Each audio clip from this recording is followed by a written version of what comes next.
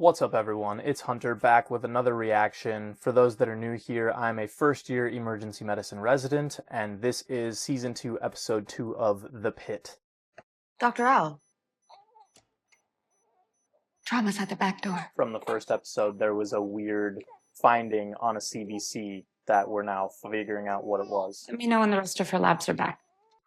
Promise. Okay, good. I think so, rolling in. I'll be right there. How's our little girl who took a stair tumble? I'm going to check for internal hemorrhage with an ultrasound. What is your gut telling you? Gut? Yeah, it's this thing that AI will never have. I don't want to think about what my gut is saying right now. Come find me when you know more. Us, if you don't mind. Don't mind us. Come find us when you know more. Do you want to jump on this trauma? So there he's talking about like the gut of the physician. In EM, we call that our clinical gestalt. You can learn very objective ways to work things up and to interview patients, but after rep after rep after rep, you kind of develop this just gestalt where you can walk into a room and talk with a patient and you kind of already know what's going on without having to do the labs and get the imaging to confirm. I mean, we do that, but you get really good at being able to do this. And you also have to be careful because sometimes you get burned by that. But as EM providers, we see similar things frequently enough that you develop just this mindset that allows you to pick up on things that other people might not without the experience. 58-year-old guy, triple scaphoid fracture, epistaxis, non-focal neuro, vaginized head trauma. And every time I check on him, his affect has drastically changed. My gut is telling me something's not right. There's that gut again. What? Good plan. Start the head CT, if normal LP, rolled encephalitis. Put in your orders. Has he been here before? Hmm. Have you called the family to rule out any psychiatric history? No, but I won't. Do you want to jump on this trauma in the meantime? What is it? It's a surprise. It's super common that we have to call family or other people who are listed in the patient's chart to get collateral information if a patient is altered and unable to provide a history for themselves. So if we have someone that comes from a nursing home, we might call their staff to find out what was actually going on that brought them into the ED. Because if the patient can't tell us, then we're really flying blind and it can be a lot harder to figure out exactly what treatment they need. What is it? It's a surprise. What do you got for us, Sam boy? Alan Billings, pallet of roofing tiles fell 8 feet, hit his upper arm with an open dislocation. Ouch. 2 rounds of fent, 1 then 0.5 per kilo, A&O with good vitals. This is a Mel, super hold the uncommon anesthetic. injury pattern that really only happens when you have an Trish. outstretched limb that gets compressed. I'm Dr. McKay. Looks like your albumin's infusing. Oh, medical students Ogilvy and Kwan are going to be working with me. Hello. Student doctors. You want them to try it? They gotta learn sometime. It's best if they watch the first one. I can prep and drape. Yeah, After your albumin's in. that's correct. To prevent hypotension, we introduce albumin if we anticipate more than 5 liters. Last Said time I that was last 6. episode. It's like a gallon and a half. Of high octane premium. Okay, you need anything else, Mr. Louie? No, ma'am. Always make sure your entry point is safe by identifying the pocket of fluid. That's not a pocket, that's a lake. Yeah, but you do not want to hit a vein or artery on the way in, so make sure you check with color Doppler. They Joy? used to do these procedures blind, but can't now we see. use I can't see ultrasound for anything. most 'Cause your times eyes that shut. we're I can't sticking a open it. needle It's anywhere in the glued shut. I body was because we trying can to view put it on in real lashes. time and make my sure that we're God. not hitting any critical Oh structures. my God, am I gonna go blind? No, I'm pretty sure this is something we can fix. Just take a deep breath. Can I just talk to Dr. J? She'll know what to do. Is that an ophthalmologist? No, she works here in the ER. Yeah, I don't think so, but I know what I'm doing most of the time. For a Z-track, we pull up the skin before. It's not super common that we have patients come to the ED and request certain providers, but I can assure you that it is almost not going to happen like 100% because people are way too busy to cater which provider you see. You are going to see who is available to see you. Okay, this cuts the cast, not the skin. This should relieve the itching.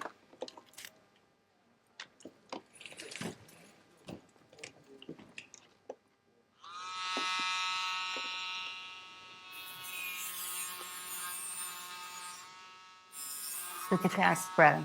Look,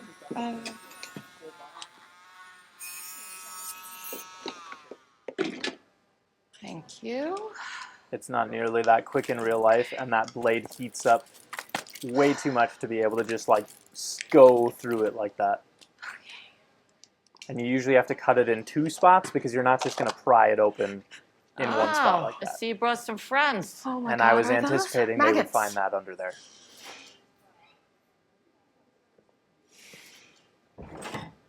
I'll need ethyl chloride spray to freeze them off. Never saw that in nursing school, am I right?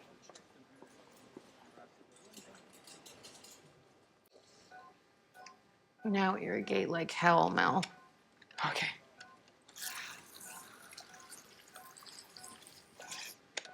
Okay, on my count. 1, 2, 3. Come on, motherfucker!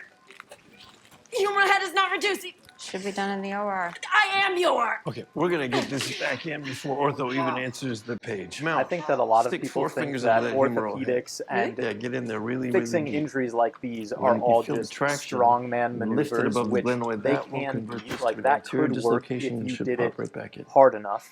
But the reality with most reductions Ready to is go? just time under 1, tension. 2, The muscles 3. where they Okay. weaken and Very wear cool. out, Sterile and then you're semen. able to lengthen it and get it to Shoulder where it needs to immobilizer go. and CT. And it's really just a Guess you guys time don't need me with anymore. tension and pressure on it, not You right, ripping Dr. it King? until it goes. Yeah.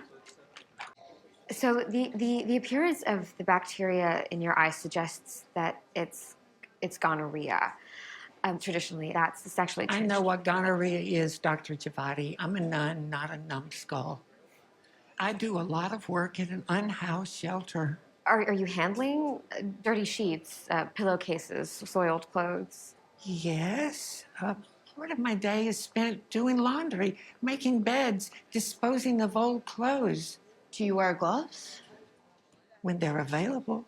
Okay. Well, let's get you your shot and set up for irrigating your eye. I bet we can scrounge up a couple boxes of gloves while you're here. It's important to protect yourself. We'll be back. I think this case shows how important it Why am I here? I think this case shows how I'm important not it is sick. not to jump to conclusions took care of because your husband, obviously Ethan, the story earlier and today. source of her infection was very Ethan different sick? from what Dr. Javati was He assuming. was very ill. And we did everything we could to treat him, but his heart stopped beating. And I'm so sorry to say that he died. Die? We actually practice breaking news like this because it is a very serious part of the job and something that we have to do more frequently than I would like to admit. And there's kind of a science behind breaking news like this where you don't want to create confusion and you just want to be blunt when you're delivering news like this and give the patient time to process, or the family time to process whatever it is that you're telling them, and then answer any questions that they may have. But trying to kind of like, what am I even trying to say? Trying to like navigate the waters in as calm of a way as possible so as not to upset people usually just ends up in more confusion and things not going well. So it's best to just be blunt and straight to the point, give the patient or family time, and then answer questions as necessary. Even if she pees, it's likely to be contaminated. Not according to the British Medical Journal. They did the research. Any leaks or nitrites, and we calf. What, Dr. Al-Shibi, get it? I was going to invite you to join the softball team, but now I'm not so sure. There we go. Looks like you got a good midstream sample. Here's a fresh blanket. Okay, plan. Ceftriaxone, 2-day admit till That blood looks culture is funny, negative. but honestly, it steps. could work, and Foster that's care? how we ask patients to collect samples for themselves when they're adults. So I don't see why that wouldn't walk work. away from you, little. I haven't seen the research. We need to call the police. I have an app on my phone that can listen to our conversation and the details of my physical exam and write it all up in your medical record. Wow. It's protected, confidential, doesn't even stay on my phone. What's going on? Somebody help her took off and saw the cops knocked her backwards off the stool. Oh, Jesus. Head trauma, no LOC. Okay, you need to get checked out. So AI is coming into medicine, and so far it has been doing a lot of documentation. We haven't had it implemented in our emergency department yet, but there is discussion about having it in the later years of residency once you have proven that you can document properly on your own. And there are a lot of concerns about privacy and the ability of the AI to document properly, but it's really just going to be used as a tool for physicians and augment their workflow. It's not going to replace what we're doing, at least at this moment, in the emergency department. Dorsalis pedis and posterior tibial pulses, 2+ and equal. Your exam is perfect, ma'am. Oh, that is good to hear. I will be back when your blood tests are ready. Let us know if the chest pain returns. Thank you. You are so welcome. What do you think? Well, I don't think it's... I think one thing that's interesting about using AI in this way is that you have to bring your physical exam out loud and dictate what you are doing while you are doing it in the patient room. And I think that that could actually detract from the encounter with the patient because you're inserting a lot of legal and medical speak into what you are doing, which could be very confusing or possibly even concerning to the patient when they're hearing all these words that they don't understand. So it'll be interesting to see how that gets implemented in the future with AI and taking notes, because I get it when a provider sees a patient, does their HPI with the AI in the room, and then might dictate an exam out of the room. But something about dictating the exam while you do it in front of the patient just like doesn't quite feel right to me. However, he failed to mention that bloody fluid indicates either a traumatic tap or the likelihood of hepatocellular carcinoma, in which case we would send for cytology. That is correct. Kid knows his shit. He's so smart.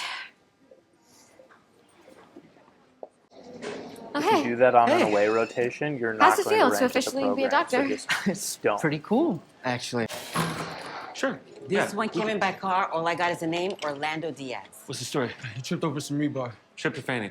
I don't know. Orlando, open your eyes. Hit his head? I guess.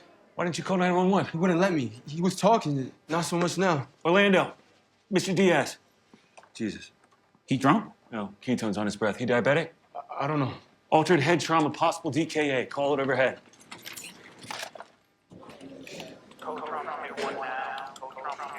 Dr. Whitaker, your assessment was spot on. Your Alzheimer's widow definitely needs placement. Do you have a nursing home? It's quite common that we have traumas or stroke codes that come through triage. People just don't understand how serious an issue might be, and then they show up to triage, and then all of a sudden, when in the last episode we had 6 minutes to prepare for a trauma to come in, now it's here and people have to act. Draw up ketamine and rocuronium. What about ketamine only? Well, we need full paralysis for a successful first pass intubation. Might not need an intubation if it's just a foreign body. We can't assume that. It could be subglottic stenosis, epiglottitis. I got ketamine and rock. Ketamine only, 80 milligrams. In that case, I'll leave this in your capable hands. Okay, let's lay him down, take a look. Okay.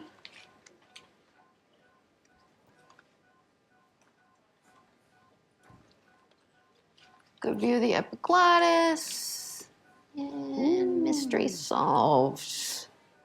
This is what you get for eating broccoli for breakfast. Get a good grip on it. Voila! That is why you give ketamine alone. Because if we gave a paralytic, we would have to intubate and ventilate. So what he has been referring to in this case is giving only a sedative medication so that the patient isn't paralyzed, they can continue breathing on their own, because he was hopeful that they would be able to retrieve whatever was blocking the airway, and that the patient could continue breathing, the sedative would wear off, and then they'd be able to wake up and possibly even go home this day. But if you paralyze the patient, you are putting a tube down their throat to breathe for them, And in that case, they're landing in the ICU where they're able to manage ventilators. But I have a sneaky suspicion that this guy is going to have some sort of complication that he's going to end up being intubated anyway, and Dr. Robbie's going to wish that he would have paralyzed him, which I don't think it was wrong to do what he decided to do, but I think being prepared for things to go wrong would have been a better choice. We'll find out. What you got? Combative college kid. Flipped down the library, tased in the neck by campus security. 5 midazolam, didn't touch him. Would you get the fuck off me? 2901! 2901, motherfucker, get up! Fuck you! Tell me some more about your ideas. Maybe later. Let me out! Let me the fuck out! Let me out! Let me out!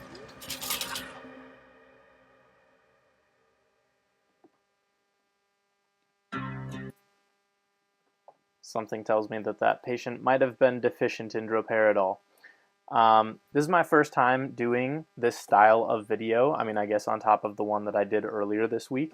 But I would love feedback on what I could be doing differently or better to make these reaction videos more enjoyable for you. But I've got another vlog coming out on Sunday, and we'll catch you next week with episode 3.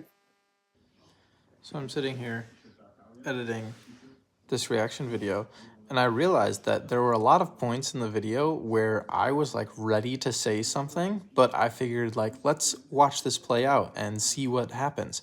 And then they ended up covering exactly what I was planning to say, and I ended up not needing to react to it.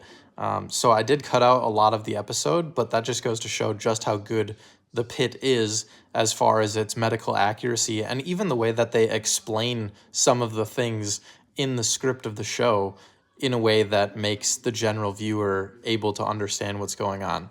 But still going to react to episode 3, coming at you next week.